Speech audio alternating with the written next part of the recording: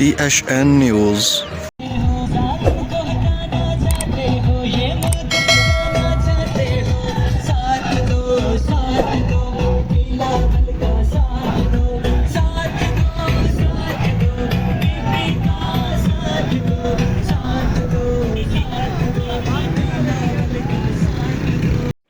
वगण जे UC चौदोरो ते Pakistan peoples party जे नामिज़ उम्मीदवारनि पारां भरपूर ताक़त जो मुज़ाहिरो।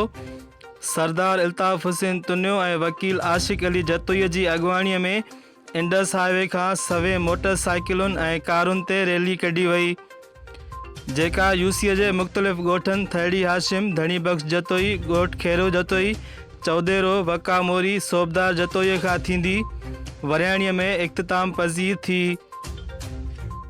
रैली में यूसी चौदोरो ते पाकिस्तान पीपल्स पार्टीअ जे नामिज़ उम्मीदवारनि वकील आशिक अली जतोई, दानिश खान तुन्यो, सरताज अमन तुन्यो, मुमताज़ अली लंजवाणी, मज़हर सुमरो समेत समें माण्हुनि शिरकत करे पीपीअ जे उम्मीदवारनि जे हक़ में नारा हंया। उन मौक़े ते सहाफ़ियुनि सां ॻाल्हाईंदे सरदार इल्ताफ़ हुसैन तुन्यो, आशिक अली जतोई ऐं सरताज अमन तुन्यो चयो त अॼोकी रैली ॾिसी असांजा मुखालिफ़ पाण ई पंहिंजी शिकस्त तस्लीम करे वेठा हूंदा।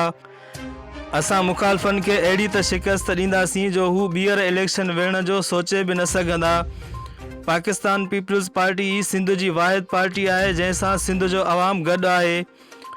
26 जून ते पाकिस्तान पीपल्स पार्टी सभिनी सीटुनि ते क्लीन स्वीप कंदी।